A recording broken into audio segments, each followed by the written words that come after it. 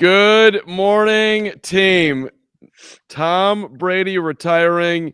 Matt Verderame, yes, he's down in Mobile, Alabama working, but mysteriously also not here after the Chiefs' all-time choke job. Eddie E. and Matt Verderame fan page and everybody else jumping in here. I know our Chiefs fandom is strong. We feel your pain a little bit this morning. Josh Hill is with us for Verderame today, who's also the editor and superstar at Fansided and NFL's Mr. Tom Brady. So we'll start with Brady today. We'll get to the Chiefs. I was hoping he would still keep playing. The dude is going to finish second in the MVP votes. He absolutely showed that he can still play the game. He wanted to play until he was 45. Ben Heisler, managing editor, bet-sided here too. But Hill, let's start with you here.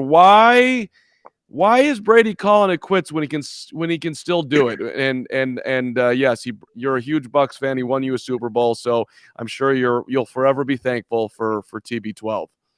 I mean, yeah, I'll always be thankful for him. But also, what else does he have to prove? Like, even last year after he won the Super Bowl, what else does he have to prove?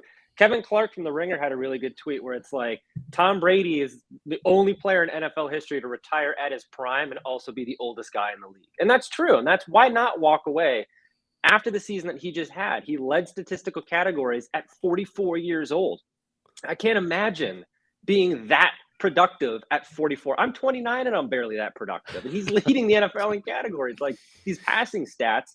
You go also, I thought when the Bucs were getting blown out by the Rams in the divisional round, I was like, this is the perfect recipe for Brady to come back. He doesn't want to go out like this. But when he brought them back from a 27-3 deficit. And he wasn't the reason that they lost. He wasn't on that zero blitz. It wasn't his fault that they blew the coverage. That's when I was like, this is probably it. Because if aside from winning a Super Bowl, flexing in a way that Tom Brady can only flex one last time, that's a pretty good secondary way to go out if you're him. So why not? He's got nothing left to prove. But yeah, listen, his legacy is intact. If he comes back and threw 15 touchdown passes and 30 interceptions, nobody would take it away from him. No one's going to say that Muhammad Ali wasn't Muhammad Ali the way his career ended, and or Jordan, and or whoever underrated career at the end with the Wizards. Let me get that on the record here. Very important that I mention that. But look, this is what he loves to do. I'm still confused by it. Like you said, you wanted to play to 45. It's 1 year away. I'm repeating myself, but Ben, do you have an understanding of what's going on here? My understanding is the same understanding as everybody. Like, to me, this feels like there were some more circumstances at play. I kind of get the feeling that his family is ready for Tom Brady to be a family man. Based off of, if I have to judge it off of what he said and not from other reports, if I can only take Tom Brady at his word, which again is going to be in a limited fashion, these are the words. This is difficult for me to retire, but here it goes. I am not going to make that competitive commitment anymore. I have loved my NFL career, and now it is time to focus my time and energy on other things that require my attention. I think there's some elements here. Remember, he talked about it with on his show with Jim Gray too, about how there's times where he feels like he's missed out on a lot of family obligations, and his wife Giselle cringes every time he gets hit. And it's not like he's escaping from a whole lot of pressure anymore. He's just getting the ball out quick. So I think he kind of knew that this was it, signed a 2-year contract with Tampa in the first place, knew that there was an opportunity. He got that Super Bowl in year one. And I think to Josh's point, and maybe Carm, you touched on it as well, he kind of left everything out on the field in coming back and repeating the narrative yet again. There is nothing for him left to prove. He's done it all. And there's something to be said about going out on top. Think about John Elway's legacy. Like, yes, Brady could come back the following year, throw 15 touchdowns and 30 picks. It wouldn't happen. But in the event that it did, it would change how we remember Brady to a certain extent, right? Like Tom Brady's not even thanking the Patriots in his retirement Instagram post. Like, there's different things that can change along the way. He wants to be remembered at the top of his game, and this is when he decided to go out. I think it's very noble, actually. So that's an interesting thing, because that's getting a whole lot of shade. He didn't thank the Patriots, and then the Patriots say, "Hey, no. When he left for Tampa, he thanked them. It's got nothing to do with New England. He's not mad at Bob Kraft or Patriot fans or whatever." Great mug by Hill right there on the mark. Love it. You can get that at the fan site at Swag Community. Good purchase. I think that it would have been sweeter if I was a Patriots fan if he never went to Tampa and won a Super Bowl. That's how I would look at it if I was a New England fan. Well, Carm, yeah, you just mentioned that you'll still remember Michael Jordan going to the Wizards. So yes. Like you can't have it both ways. They're two GOATs at the top of their status and at the top of their leagues that went on to accomplish something else. Now, the difference is Jordan never won a championship in Washington. Brady did in his first year in Tampa Bay. I wish that Jordan had never played for the damn ass Wizards. I'm saying as a Patriots fan, the last thing I want to see is him leave and then go win a Super Bowl. That sucked if I was a Patriot fan. I mean, I guess I'd be happy for Tom. I was rooting for Jordan with the Wizards to beat the Bulls. I would have been rooting for Brady as a Buck over Belichick, because player over coach all day for me. But look, I do wonder here. Let me just throw this question out at you. If Brady plays not with New England, how many Super Bowls does he win? Because to me, it's everyone, the GOAT.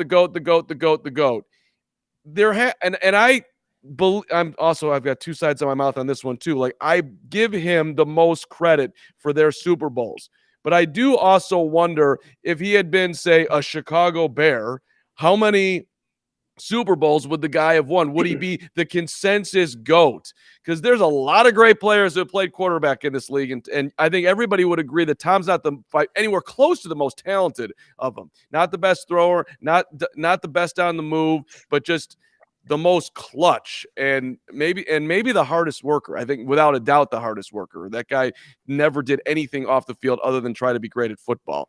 But I don't know. The GOAT conversation with him being like that, it's absolutely him, is a little bit too much for me. I don't know, because look, he did, to Ben's point, he did it twice. He did it in New England with Belichick, and you could argue that was the system. He was there. But he also did it in Tampa, where the Belichick Patriot way didn't exist. He did it with an entirely different philosophical approach from a head coach. You can't get more different than Bruce Arians and Bill Belichick when you're talking about head coaching philosophy. And Brady won with both of them. But it's kind of a dumb argument to say, oh, if he would have played somewhere else, would he be the GOAT? It's so circumstantial. It's the same argument every single time people talk about how the Timberwolves didn't draft Steph Curry. Steph Curry doesn't become the Steph Curry that we know today if he's playing with the Timberwolves, because he's not in Golden State. He doesn't have Klay Thompson with him, or Draymond Green, or Steve Kerr. It's the same thing here. Look at Justin Fields in Chicago with the Mac Jones conversation all season long. Oh, he's the best rookie quarterback. How did everybody pass on him? What a whiff by the Bears and the 49ers and everybody. But if you put Justin Fields in New England and you put Mac Jones in Chicago, the conversation's flipped. So a lot of it is circumstantial. I don't think that you can take a lot away from Brady and say, oh, it was just because he was lucky enough to be in New England. Look at Jordan. What if he's not in Chicago? What if he doesn't have Pippen? What if he doesn't have Phil Jackson? You can make that argument for just about anybody that's in the GOAT conversation. That's a really good point. It's a really good point by you, Josh, because there's so many different factors in play, and everything is about circumstance, and everything is about being in the right situation. How many quarterbacks have we talked about in recent history that got to the right team at the right opportunity? Like, does Joe Burrow, if he goes to the Chargers, are we talking about the Chargers in this whole new light relative to what we're talking about the Bengals? So much of this is about right time, right place, right opportunity to grow. Aaron Rodgers had multiple years to sit behind Brett Favre and get mad that he wasn't playing, and Favre was able to then go extend his career elsewhere. So much of this is about the ideal time and place and scenario that I can't factor a scenario in which Tom Brady isn't the GOAT on another team, because I think we've already seen it in multiple situations. Now, he's had more talent, I think you would say, on on the Tampa Bay roster last year than maybe his final 2 or 3 Super Bowls in New England. I think that's indisputable at this point.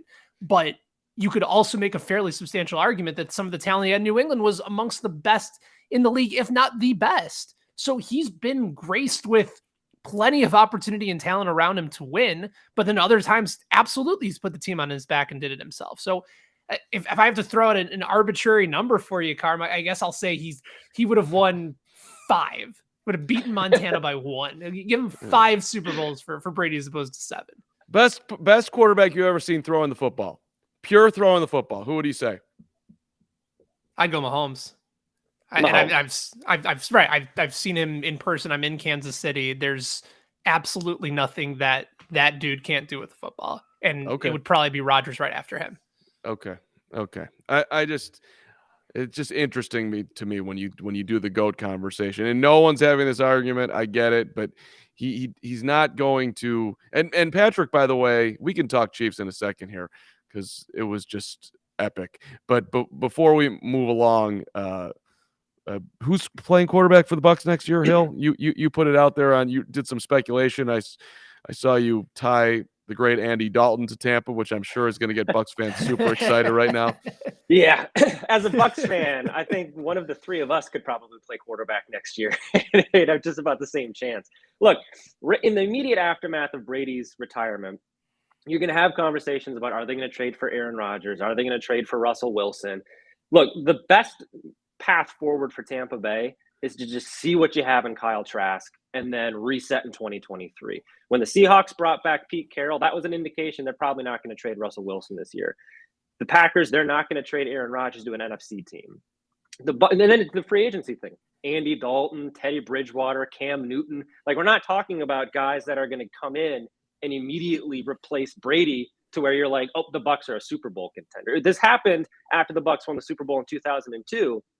And John Gruden just swapped out, old white quarterback X for one another over and over and over again, whether it was Jeff Garcia or Brian Griese or Jake Plummer, who quit football rather than come and play for the Buccaneers after the Broncos traded him there. And it was like, this is the missing piece. We just need one guy to take us there. And they didn't rebuild. They didn't find that franchise quarterback. And look at the teams this year in the playoffs who were the most exciting and had the most success. The Bills, the Chiefs, the Bengals, who are in the Super Bowl right now, they all have quarterbacks that they went out and they drafted, and they looked towards the future, and they didn't try to do what the Minnesota Vikings have been doing for the last 20 years, or at least as long as I've been alive, which is find a Band-Aid veteran and hope that everything goes well.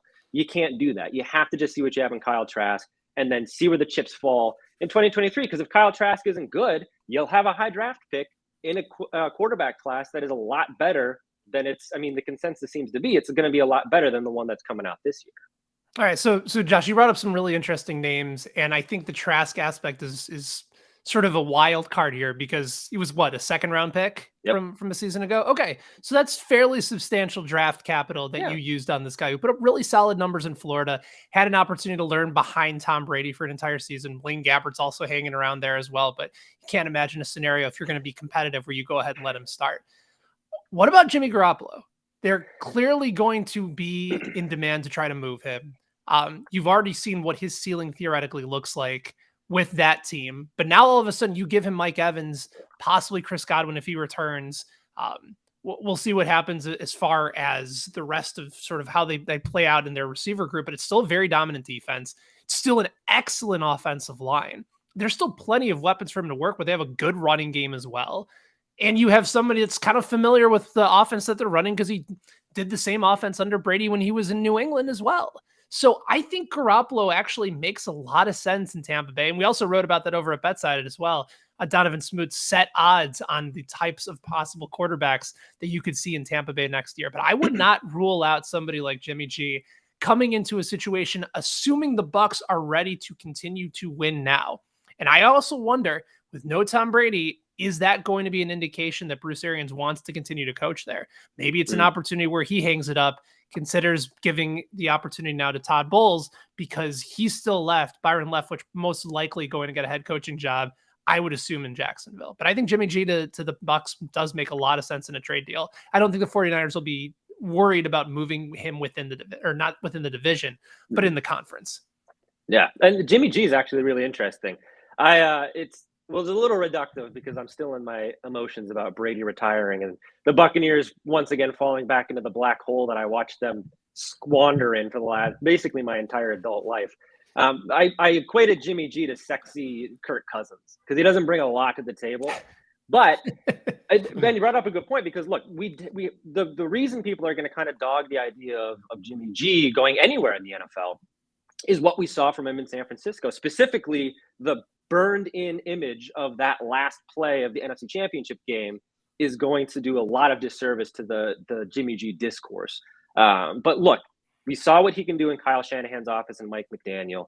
Maybe that wasn't the scheme fit for him. Maybe that wasn't the right place for him. Put him in a place where, like you're saying, he does have Mike Evans and probably Chris Godwin if they bring him back, and a different offensive look with, if Byron Leftwich stays or if Bruce Arians stays, and it's like, okay, I want to see what I can do here.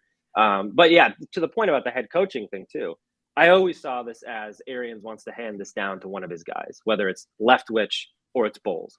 And either of those guys seems like they're already know that culture that has been there, that Super Bowl winning culture. So it makes sense to kind of hand the baton off to one guy to the other. But yeah, Jimmy G is the most intriguing quarterback option.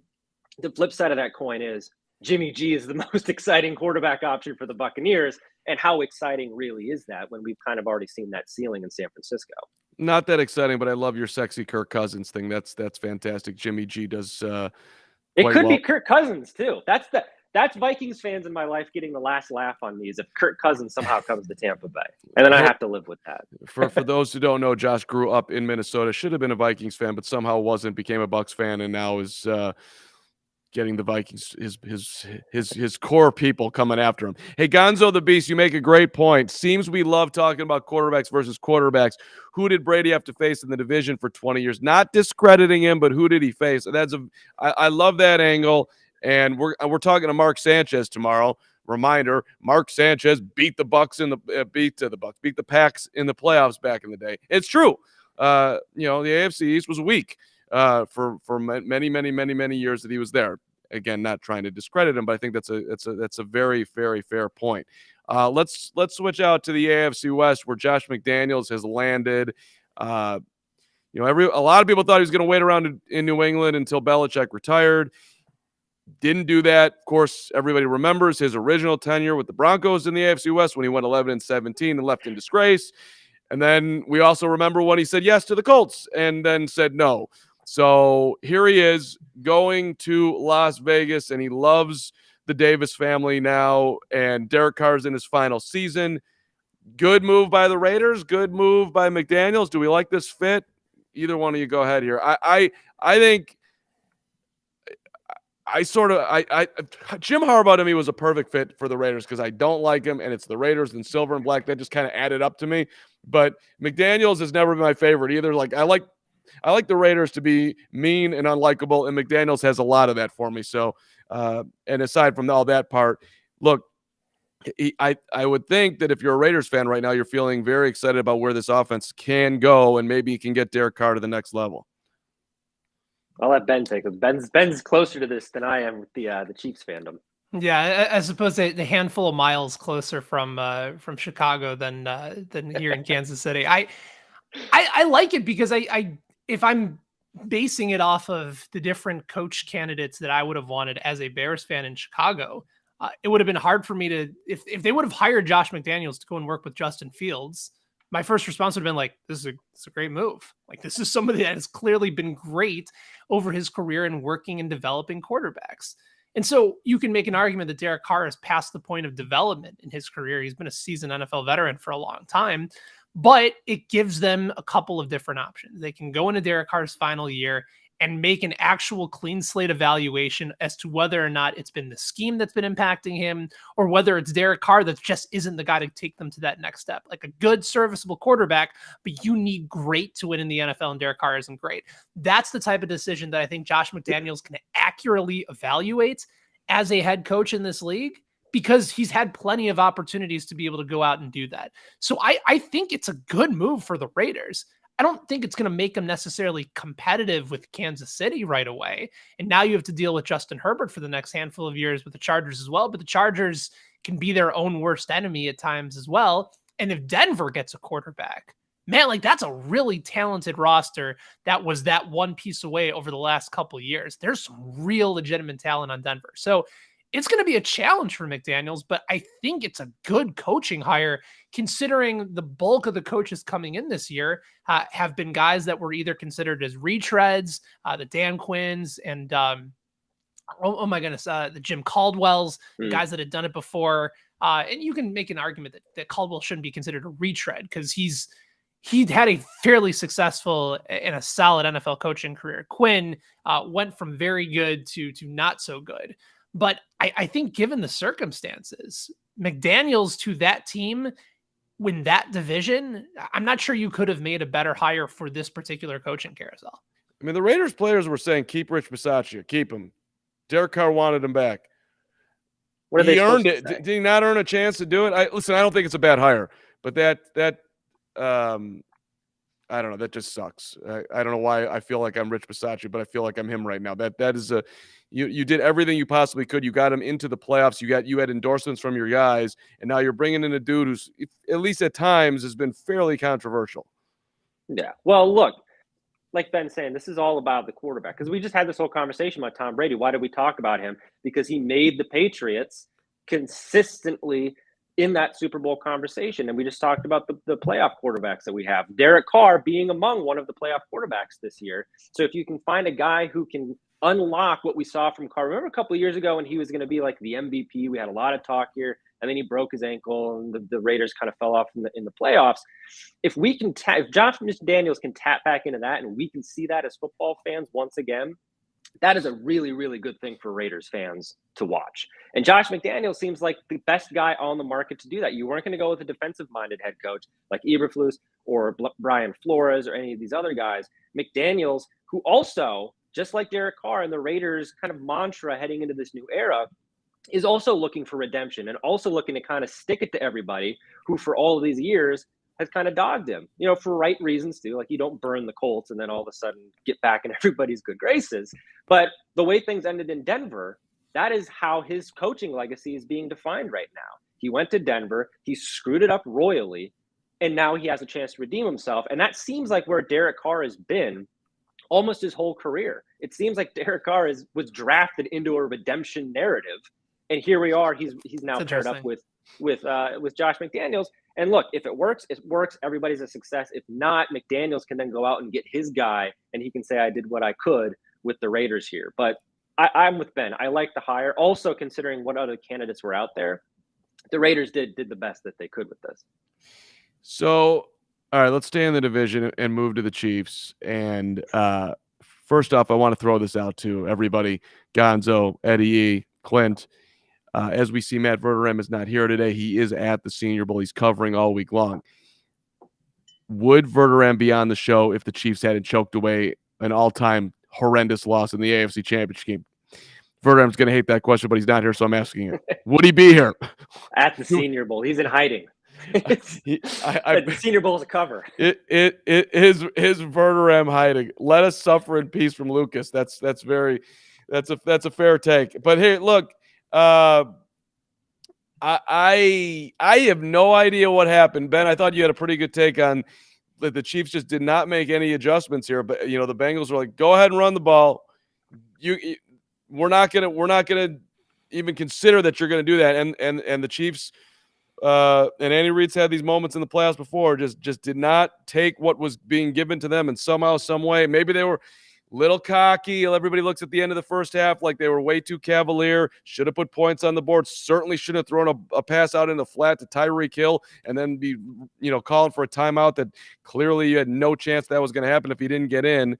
But I mean, how do we size up this loss? Because it is. I mean, I had the season was over and done with after they lost to the Bills. And Verderame actually did a great job last week outlining these huge games afterwards. The team that wins them, a lot of times they lose. And this was obviously one of the more bitter pills that you could ever swallow as a Chiefs fan.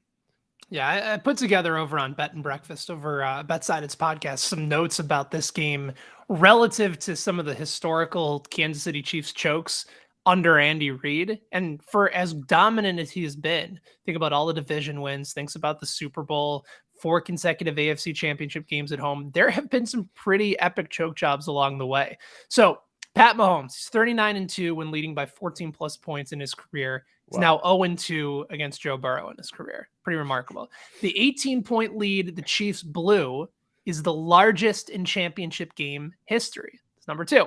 Number 3, the Chiefs have blown 3 playoff games since Andy Reid came in of 18 points or more, 2 of which came at home.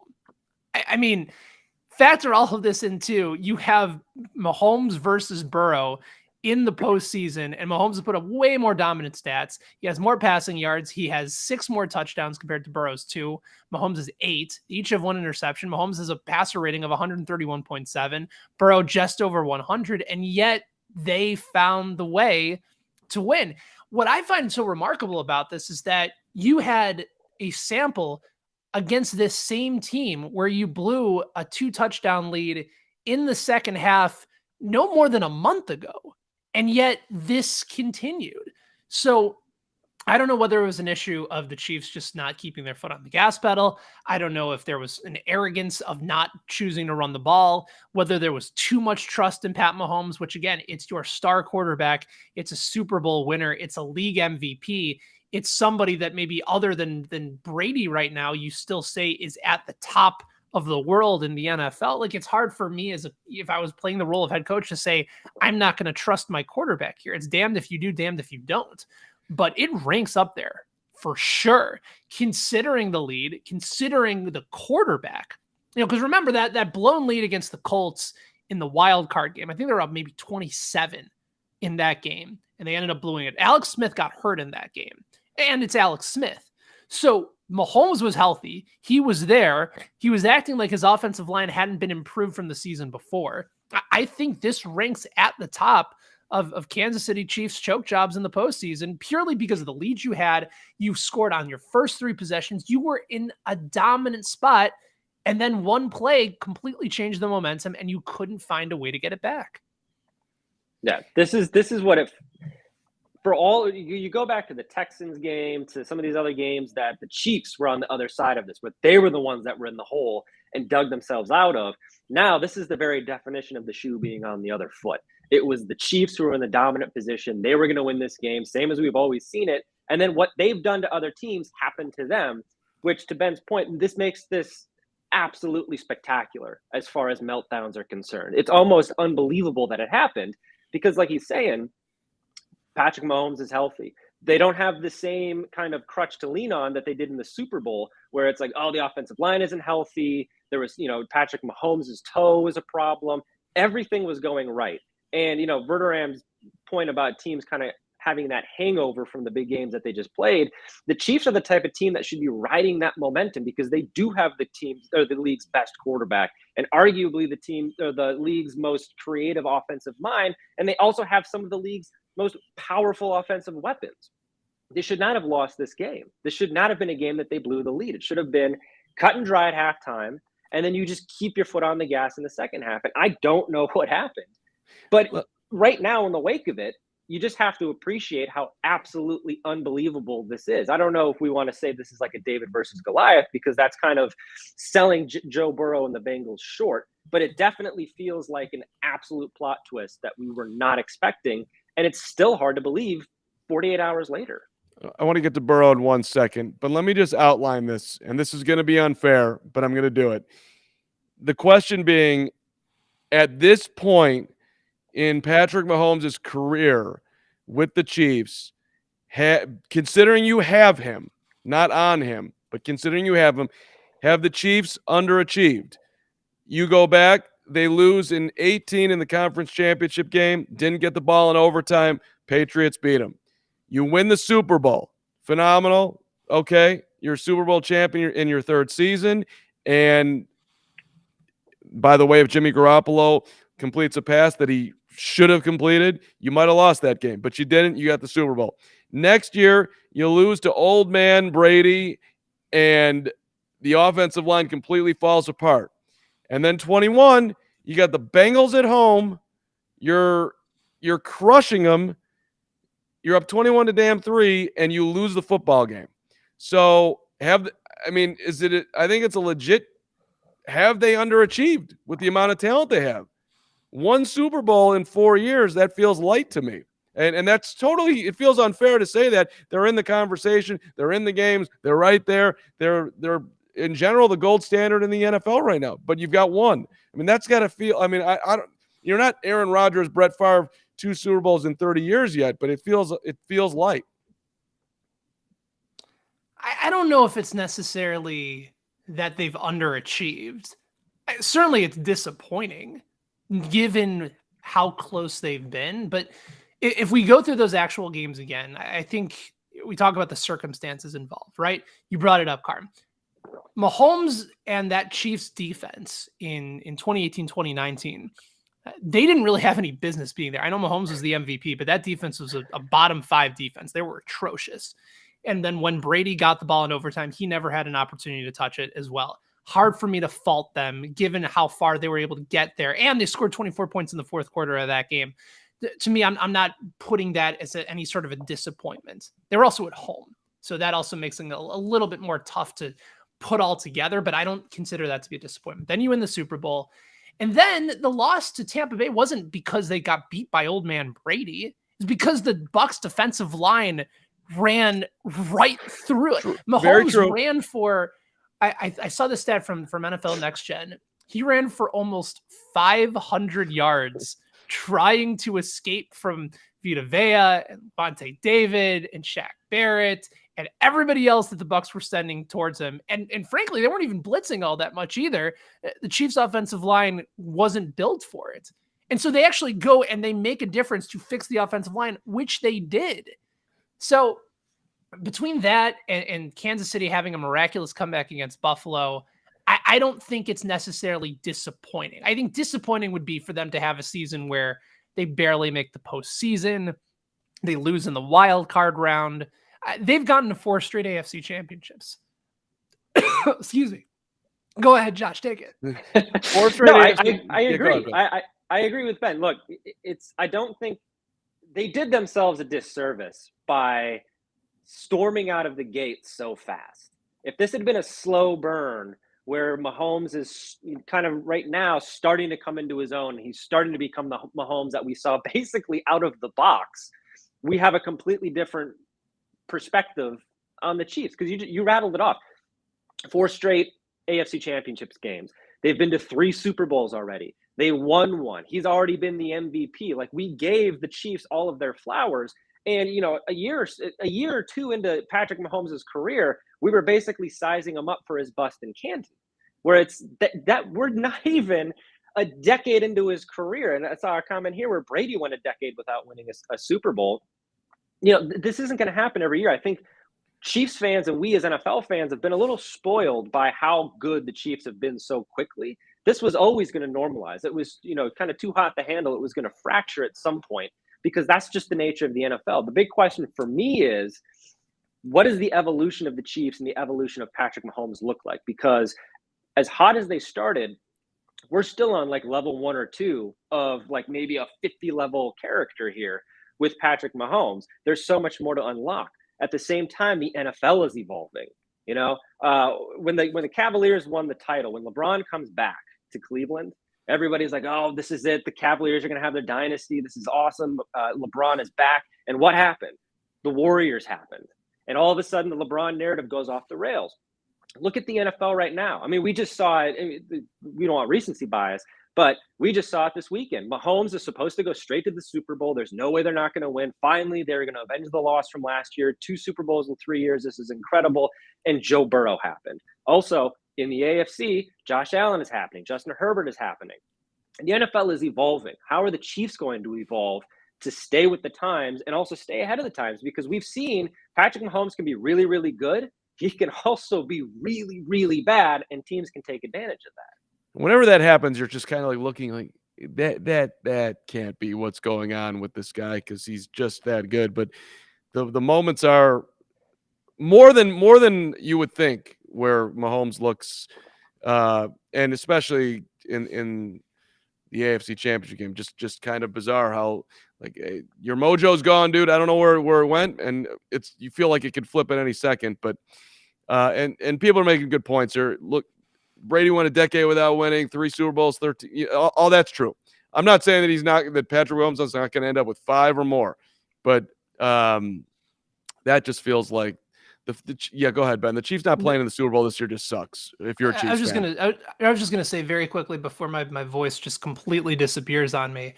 I do think you can make the argument that it's not necessarily fair to say this is a disappointment for the Kansas City Chiefs, but I do think it's fair for us to begin to shift the narrative of how we view Pat Mahomes relative to Tom Brady.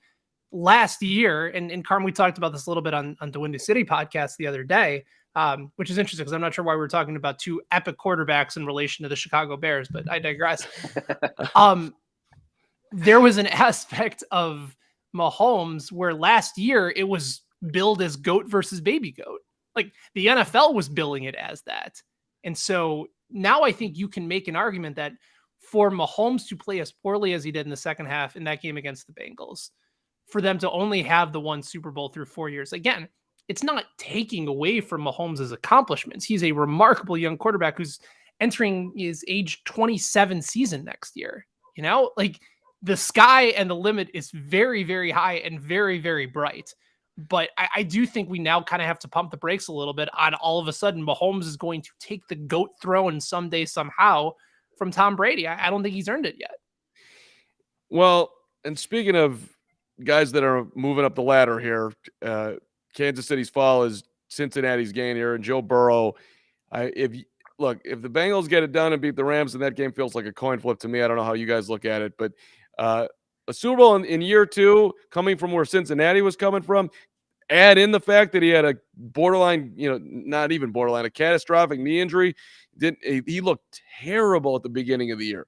The Bears beat Cincinnati, and Burrow, he didn't look. It's amazing how much healthier he looks, and that the Bengals are here. Like how high is up for the legacy of Joe Burrow here in year 2? Because Cincinnati, who day they're beside themselves, right? This is unbelievable for Bengal fans. Yeah, and to Ben's point about Patrick Mahomes, that should be a lesson to us to maybe pump the brakes a little bit on Joe Burrow, because I can see the same storm brewing here, where it's like he's in year 2, he's about to win a Super Bowl, and then we'll never do it, Josh. You know our role in the media. We're never going to pump the brakes. That's on true. Trying to That's set true. these massive expectations. All gas, no brakes. Because look, the flip side of that coin is Joe Burrow, in a span of 3 years, will have been a Heisman Trophy winner, a national champion, and a Super Bowl winner. That's absolutely unheard of. That you could argue that's as unheard of as some of the stuff that we've seen Mahomes do. While that was on the field, and watching Mahomes do some of the things that he does is just unlike something we've ever seen. National championship, Heisman, Super Bowl. And to do it with the Bengals too. So Mahomes comes in, he's got Andy Reid. They have a good offense. They have a lot of weapons. This Joe Burrow comes into Cincinnati. They had the number 1 pick when they got him just a couple of years ago, 2 years ago. And now they're in the Super Bowl. So I think that the sky is the limit here for Burrow. We're not charting any new territory here. The question here is, how good is the AFC going to be as a conference, and how much is the powers shifted? Because Rodgers, Russell Wilson, all these guys in the NFC, we're going to have a little bit of a changing of the guard, where that guard has changed in the AFC. We've got Mahomes, we've got Burrow, we've got Allen, we've got Herbert. If Mike McDaniels goes to Miami and can fix Tua, we've got Tua. We have Derek Carr still in that conversation. There are so many good quarterbacks in the AFC. It's so saturated with talent. Who's going to stand above? Or is it going to be a case where not one person stands above like Brady has for the last 20 years? It's kind of everybody's swapped out every other year. Maybe next year it's Allen's turn, and then Mahomes takes it in 2 years, and then Burrow comes back. That, to me, is the most exciting part about this is Mahomes, it looked like they were going to dominate for the next decade. 2 years later, it's anybody's game in the AFC. And I love that. That's so exciting as a football fan. Does anybody take – go ahead, Gab.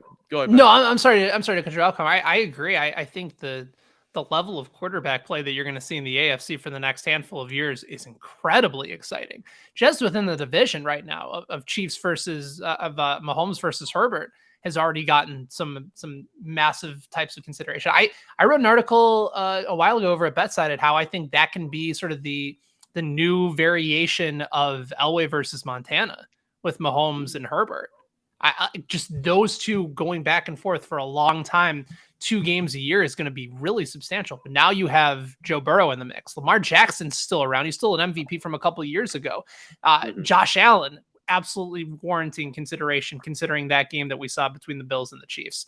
I'm with you. I think it's a fascinating opportunity to watch that. And to your point about Burrow too, Carm, second year, I think you've seen quarterbacks get to this point, have MVP seasons. In fact, it's happened a few times in the last few years with Lamar and Pat Mahomes winning an MVP in their second year, but not this type of unheralded success in getting to a Super Bowl, especially where those teams were relative. I think it's an enormous part of his legacy, getting this team this far. And remember, when Burrow started the season, there was a bunch of conversation that he wasn't trusting his surgically repaired torn ACL, MCL, PCL, all the different CLs that he had to try and have confidence in it. And there was some concern. Like the Bengals preseason projection in Vegas was 6.5 wins. 6.5. And that would have been, if they would have gone over it by 1 game, that still would have doubled the amount of wins that Zach Taylor had in his first 2 years coaching in the league. It is a remarkable turnaround. And one other point to this, to sort of go and tie this all together. The Rams back in 99, the Kurt Warner Rams, were 150-1 to win the Super Bowl that year. Remember, he didn't start the season. Now you have a situation where Burrow started the season in Cincinnati. They opened up at 150-1 over at WinBet. Now with a chance to win the Super Bowl. And the last time a team did that was the 99 Rams. And now you have both of these two teams playing together. Pretty cool story. I mean, we spent a lot of time on big man bets talking about who was the best value to play. And I don't remember anybody saying Cincinnati. I don't think I heard that once. So the Bengals. Yeah, your boy missed one, Carm. Yeah, we miss them every so often. I missed it on the Bengals this year. Yeah, it's okay. You weren't alone, Ben. And Gonzo's asking, Carm, can you honestly see Justin Fields taking the Bears to the Super Bowl in the near future? Speaking of the Burrow rise, yeah, I don't think in year 2 Justin's going to be playing in the Super Bowl. That would be. I mean, that puts in perspective what Cincinnati's done from a Bears fan standpoint incredibly well. That would be the leap of all leaps if Chicago is somehow in that conversation and winning games like that next year. And no, I can't see it at all, even with the great Matt Eberflus and Getsy in the fold here. But if Justin Fields and Matt Eberflus take the Bears to the Super Bowl next year, I'm not going to get a tattoo, but I would Sharpie hits HITS on my forehead and have it on for a week of shows. Yeah, if Justin Fields go to the Super Bowl. For those who are missing the hits, that's it's the acronym that Matt Eberflus lives by. The Bears are going to. Do you remember the hits again? Intensity, hustle, takeaways, intensities, hustle, intensity, takeaway, and smarts. Right. We got it now. Just play football and be a good coach. Right. We're gonna be more dedicated. We're gonna be more detailed, and we're going to dominate you. I'm going to the 3 Ds for the Eberflus Bears. But it's just hopefully the Bears will be successful going forward. Bears fans, I feel you. All right. Speaking of that whole thing, though, let's get Jim Harbaugh in here for a second. He's going to Minnesota for another interview. I was told on Sunday that it was a done deal. He's leaving Michigan. He's going to Miami. The Stephen Ross thing, don't worry about that. He called up Ross and said to him, I'm leaving. You don't have to feel bad. I'm going somewhere. I'd like to be with you. And what my source was telling me was that was going to be the deal.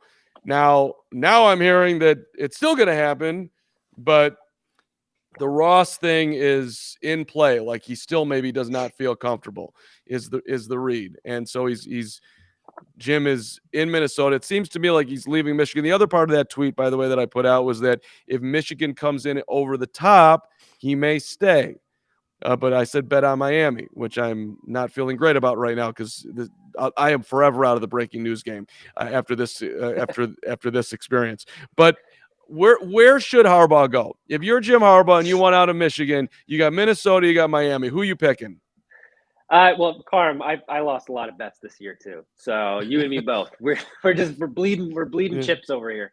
If I'm Harbaugh, it's a tough one because you've got the Dolphins who, I mean, we've talked about for years this war chest of assets that they have that they can build a good team with. We haven't seen necessarily the results of that yet. You've got Tua, who jury's still out with him, might still be a good quarterback, depends on what offensive mind can come in and fix him. But as we've talked about here with Harbaugh, a guy who kind of has a history of coming in and getting all that he can out of every single quarterback that he's worked with, that seems like an appealing thing. Also, I mean, living in Miami versus Minneapolis as a Minnesotan, I don't want to go against my people here, but it doesn't, the winters are a little bit better down in Florida than they are in Minnesota. But you look at the flip side and the Vikings. So Harbaugh has always been a fan of the history of football. Looking at he's been cosplaying as his old coach there in Michigan, his entire career there since he came over from San Francisco. So to have him come in and kind of take the legacy of Bud Grant and some of these guys that have been really important to the legacy of the Vikings, that seems like it would appeal to him. And it's not really a quantifiable football thing. But you also look at the NFC North. So in the AFC East, you've got the Patriots and Mac Jones. You're going up against Josh Allen and the Bills. And then who knows what happens with the Jets in the NFC North. I mean, we just talked about it, all due respect, but I don't know what the Bears are going to be in 2, 3, 4 years if they're looking for another head coach. Aaron Rodgers isn't going to be around forever, and the Lions are the Lions. So unless they have some massive turnaround, in which they've been waiting for over a half a century, you don't really have to worry about them. So from a competition perspective, it feels like the NFC North is the division to go to, and the Vikings, new GM, there's a little bit of a connection between those two guys there. Maybe they can start building something, like I was talking about with the Bucs at the top, taking a break, building it the right way. And then the NFC North seems like the division where if you do that, you can dominate. To take the words out of your guys' new GM polls, you're going to own the North and you're not going to give it back, or you're going to take back the North, whatever he said. But, basically the Vikings are going to do that. And I think that could be attractive to Harbaugh, whereas the Dolphins run the risk of having the narrative be, oh, Nick Saban tried this and look how that worked out. Harbaugh's going to be looking for another job in a couple of years. So I would go Minnesota over Miami. Sorry, Carm, not to go against your report. No problem. You okay? So you're basically saying though, if you pick Minnesota, that no quarterback is better than Tua because of the division, right? Well, I mean, no quarterback you're going up against is going to be better than Josh Allen and Mac Jones. And that's the thing. And then can the Vikings build with that? I think that there's more fertile ground in Minnesota than there is in Miami, just based on the competition. And then look at the conversation we just had about the wealth of quarterback talent in the AFC. You want to play that in the Super Bowl. You don't want to have to go through that to get to the Super Bowl if you're Harbaugh. This whole aspect is fascinating to me because Jim Harbaugh, to your point, Josh, like it would be an easier situation in Minnesota relative to Miami. I suppose that's true, but I don't think that would be the reason for Harbaugh to want to go to Minnesota because it's an easier way. He's somebody that enjoys and embraces challenges, which is still why at the end of it, I agree with Carm. Like in my head, I've always envisioned that he stays at Michigan, uses this full opportunity for leverage after they lowered his salary last year heading into the season. To me, this just has felt like a huge leverage play. Mel Tucker just got $95 million to be the head coach at Michigan State. He hasn't accomplished anywhere near what Harbaugh has accomplished, both in college football, in the NFL, in coaching, period. This has always felt like a leverage play to me. And in the Jim Harbaugh fashion, because he's a little bit odd and quirky and he'll go take you down that road that you may not want to go down, I still feel like he stays at Michigan, which according to, Carm's reporting would still be, intact. Carm's reporting and source would not be incorrect, but it has to come in with at least $10 million a year. And I don't think Michigan wants to punt on Harbaugh right now. I think they have to make a commitment, and he's taking these interviews seriously until Michigan and that brain trust comes to him with a boatload of money and says, please stay. We want you to do anything. We will do anything to keep you here. And that's Yeah. how I ultimately see it. And maybe that doesn't answer your question as to what team is best for him, Miami or Minnesota. I don't think it's either. I think it's Michigan, because I still think he has more that he wants to accomplish there, because just getting to the college football playoff doesn't feel like that's enough for him. I think he's finally comfortable in a school where he knows how to recruit. He's gotten the number one college football quarterback to come in to finally build around. I just don't envision a scenario in which he leaves Michigan if they don't pay him. And right now they haven't paid him, but I think they will. All right, I've had enough of the Harbaugh thing. Just let's get to the finish line so I can either take my medicine or celebrate like I've never celebrated anything outside of 6 Bulls championships. So all right, Ben, Josh, Super Bowl, Bengals, Rams. Rams are a 4-point favorite. We got a ways to go before the game. Ben, managing editor, BetSided. What are you advising bettors to do here in the early going? I think if you're leaning towards the Rams, this is probably the opportunistic time to jump on them. I envision a scenario where that number will climb. We've already seen it go to 4.5 at a couple other sports books, go right back down to 4. We've also seen the total in this game, which is currently at 49, continue to move down. At some points, it's been at 48.5, open, I believe, at either 49.5 or 50. So just sort of context there. My early lean is on the Rams, but I feel more comfortable taking the under. I kind of envision this game in a similar fashion to what happened to the Chiefs last year by the Bucs. You have Joe Burrow, who was sacked 9 times against Tennessee a couple weeks ago. They still found a way to win that game.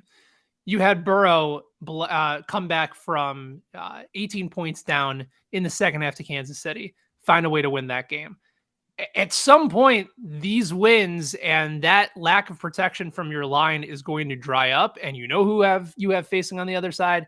Aaron Donald and Von Miller, Jalen Ramsey locking up your best receiver in Jamar Chase. Burrow can only do so much, and his legacy is impressive at this level. But I think the Rams, it's going to be a defensive battle. With the exception of the game against Tampa Bay, they've done a very good job defensively in the postseason. And they did a great job against Tampa Bay for about the first 3.5 quarters of that game anyway. Defensive battle, I think the Bengals are going to have some issues scoring because they're going to get swarmed by that pass rush. So I think to a certain extent, yes, that would allow the Rams to win the game fairly comfortably. But I see this very much being a defensive game that the Rams really just take it to the Bengals. So I like the under at 49. I think that number is going to continue to fall down. And if you like the Rams side, I would jump on that on the earlier side. My early lean here, just for the record, look, Matthew Stafford tried to give the 49ers the game. Josh Hill would have caught that pass. Excuse me. Thank you very much. Trying to keep it clean here on Stacking the Box for no real reason. But yes, family show. So, and the Bengals are better than the Niners in my mind. So that to me is a little bit of a lean towards Cincinnati. Plus, I believe in the clutch factor of Burrow over Stafford as well. There's one thing that's interesting to me. If you look at winbet.com, our gambling. Can I stop you for a quick second? Go ahead. Because that narrative about Stafford, I don't think it's fair. Okay. Nobody has led more comebacks since he came into the league in fourth quarter comebacks than Matthew Stafford. There's also the aspect that, well, he's going to throw away the ball at an inopportune time. Really hasn't done that in the last several games. He's only thrown 1 interception in the entire postseason. He had the best numbers this year against the blitz. And then the 49ers didn't blitz anybody. They blitzed him maybe 6 times all game. And his numbers without the pressure were terrific. He's found a way to beat you both against the blitz and without pressure at all. He's taken that step, and you can trust him in the fourth quarter now. I think that narrative has to start changing a little bit for Stafford. Go ahead. No, I'm willing to give Stafford all the flowers, as Hill would put it. But the facts are, and that he did throw what should have been an interception, and the game should have gone to San Francisco. That did happen. But you're in a more macro way, Ben. You're absolutely right underlining it. And hey, he's got him in the Super Bowl. Congratulations to Matthew Stafford. It's a great story. And you know, if we're going the whole Stafford story, the wife part of it is beautiful. I'm really happy for the guy. But when you're just looking at sort of the it factor big game right now, there's something about Joe Burrow and everything that happened at LSU and what's happening right now that just it's intriguing to me when you're considering betting the game. Here's another thing too. The Rams, if you look at the individual overs for teams, the Rams are 27.5. The Bengals are 22.5. So that's 5, where the number is 4. Ben, you watch this stuff way more than I watch it. How do you reconcile 4 when Vegas is telling you on the number of how many points the Rams are supposed to score and the Bengals are supposed to score, it's 5? I don't think too much of it. I think because the public is more likely to back these teams on the over number anyway. Okay. Yeah, it's just kind of whatever the number is. And remember, books are less likely to change the team totals as opposed to the overall total as well. And sometimes you can actually take advantage of that. If you feel like the line has dropped substantially or the total has moved way up, but the team totals haven't adjusted to that same level, sometimes there's a market inefficiency there. But I don't really think too much of it relative to the spread and the total here. Hill, if you were putting the Josh Hill money on this, where are you going? I'm lighting it on fire if I'm going off of any of the track record I have of betting on the NFL this year. I still have not forgiven the Bengals for screwing me out of my big parlay when they lost to the Jets. I'm not the only person that happened to. But look, to the point about the Bengals have found ways to win these games. In the playoffs, I think the Rams, even going back to the regular season, have found ways to not lose these games. Like, look, they let the Bucs come all the way back from 27-3. They, to the point about that's been hammered into the ground about the interception, got bailed out by that. And you go back to week 18 when the 49ers snuck into the playoffs because they came back against the Rams. They're a volatile team. But I will say, to Ben's point, Matthew Stafford, our NFL red zone king, the witching hour king, who every single time he was with the Lions, you would see the Lions on red zone in that fourth quarter because he was leading them back in some way. And I think that those years in Detroit, as bad as those teams were, really prepared him for this run because look at what he's done. He's been able to kind of stave off those mistakes that other quarterbacks might make because he's had so many practice runs of coming back with these 2-minute drills and to kind of hang on to these leads or to grab a lead when he was in Detroit. This has prepared him for this moment. So I guess in a way you could even say that the Lions fans can take a little bit of this Super Bowl cake. Also because there are no fans happier in the NFL right now than Lions fans because they are the Michael Scott thank you gif of we were right about Matthew Stafford. He was never the problem in Detroit. If you would have just put a good team around him, look at what happens the first time he gets that. But Ben, I want your opinion on this. I think the live bet is interesting to me. So if the Rams score first, I'm going to be really, really tempted to put some money on the Bengals because I feel like that number is going to shoot way up and there's some value. There's the same way when I wish I would have done this, but when the Chiefs won the coin toss in the AFC Championship game, I wish I would have live bet the Bengals because at this point in the season, $30 is $30.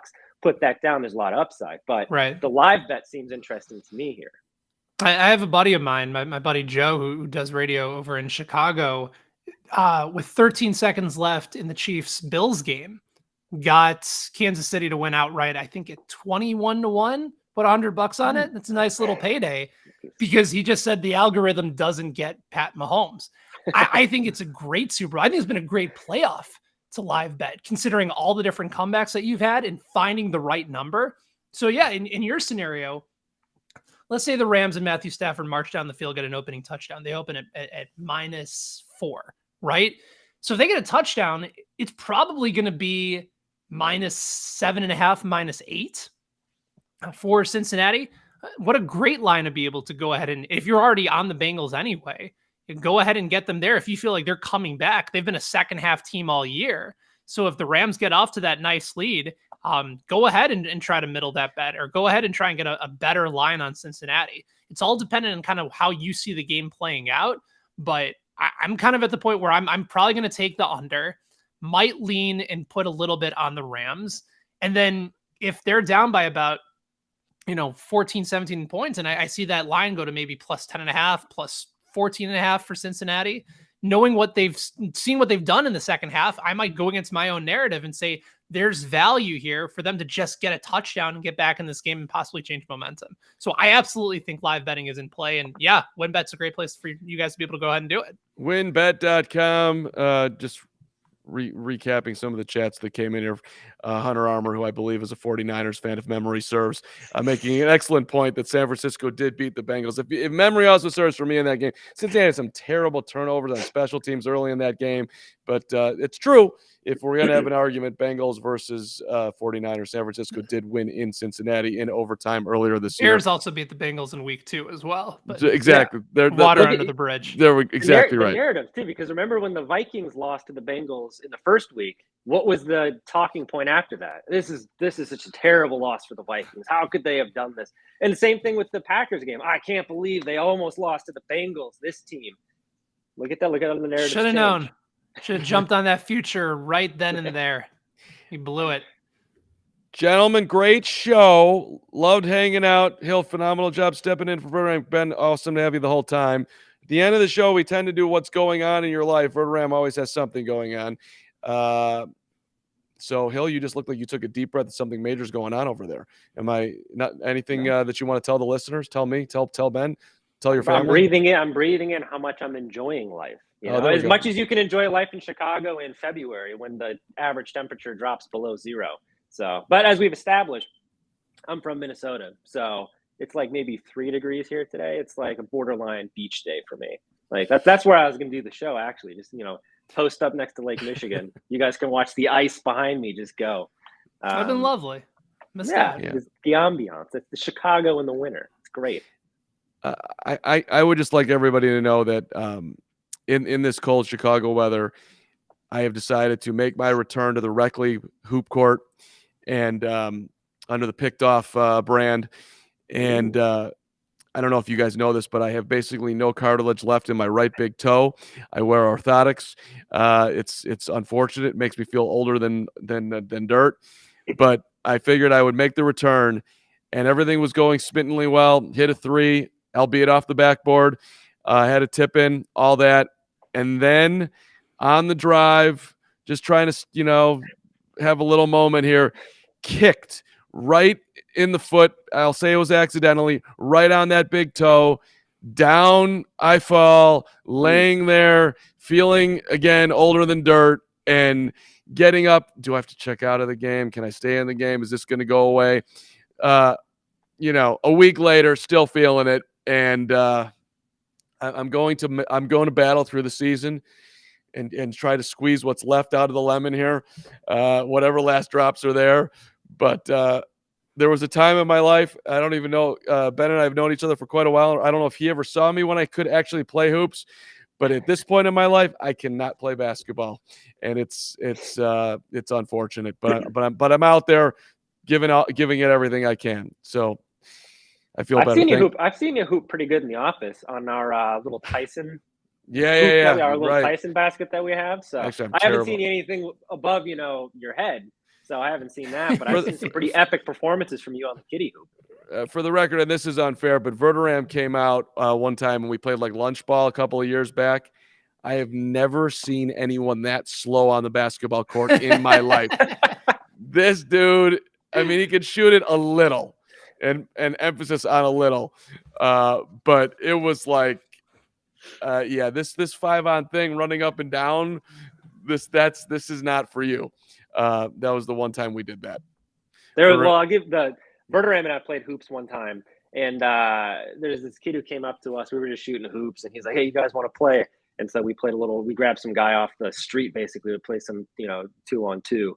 And Verderam and I, if you were watching this, you would have thought that we were playing the 73-win Warriors, the way that we were just getting hustled. And this kid's like, "Oh man, I haven't played in like 8 months. This is really kind of me dusting myself off to get back into it."